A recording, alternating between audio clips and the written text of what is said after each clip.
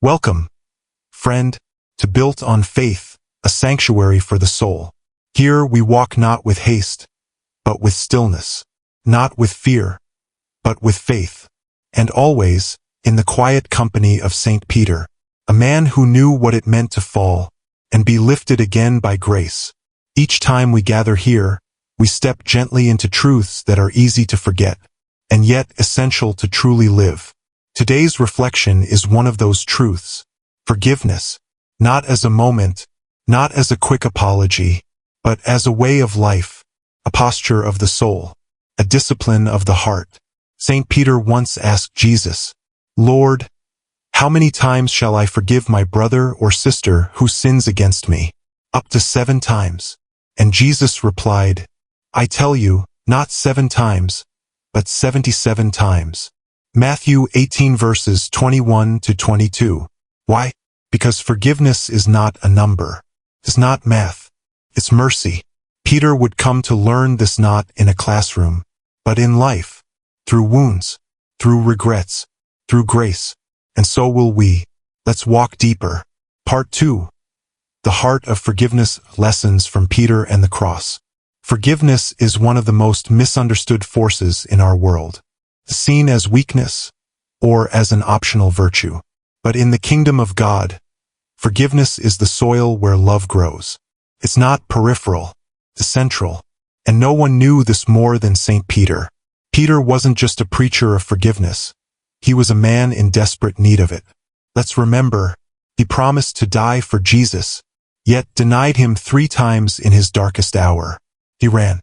He wept bitterly. He knew shame, regret, silence. And what did Jesus do? He didn't scold. He didn't bring up the failure. He simply invited Peter to breakfast. And to begin again. "Do you love me?" 3 times. 1 for each denial. It wasn't a test. It was a healing. Peter's greatest failure became the very place where he encountered radical forgiveness. And from that moment, he didn't just teach mercy. He embodied it. Because here's the truth. Forgiveness is not a feeling. It's a decision. A daily one. It's not easy. It's not quick. It's not pretending that pain doesn't hurt. But it's choosing not to let that pain become your prison. Let's be honest. Some wounds are deep.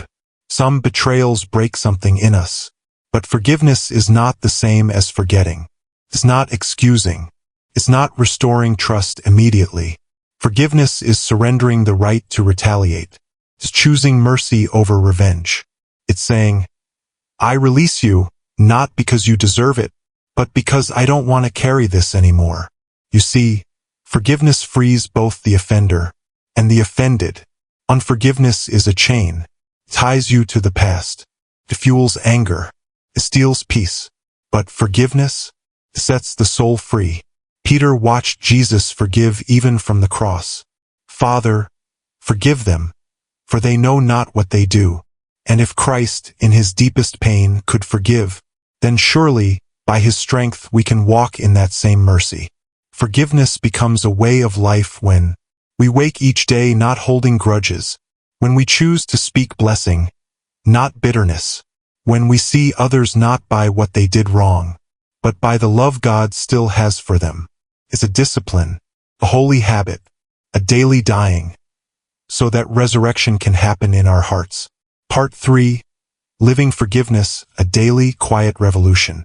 Let's bring it close to your life now, to your heart, to the name that just rose in your memory, to the pain you still carry. Ask yourself, who do I need to release? What bitterness have I grown accustomed to? Where have I been forgiven, but struggle to forgive? This isn't condemnation. It's invitation to step out of the prison, to breathe again, to live lighter. Peter didn't become a man of grace overnight. He struggled. He fought. He failed. But he kept walking. And so can you. Here are 5 gentle practices to make forgiveness a way of life. 1. Begin with honesty. Admit the hurt. Name it. Don't hide from it. Jesus never said forgiveness was painless. He said it was powerful. 2. Remember how much you've been forgiven. Peter never forgot that morning by the sea, the eyes of Christ meeting his shame with mercy. That memory kept his heart soft. 3. Pray for the person who hurt you, even if you don't mean it fully yet. There is something sacred in simply saying their name before God. 4. Don't rush. Forgiveness is a process. It may take time, but take a step, even a small one, and trust the Spirit to carry you forward. 5. Forgive yourself. Peter had to. So must you.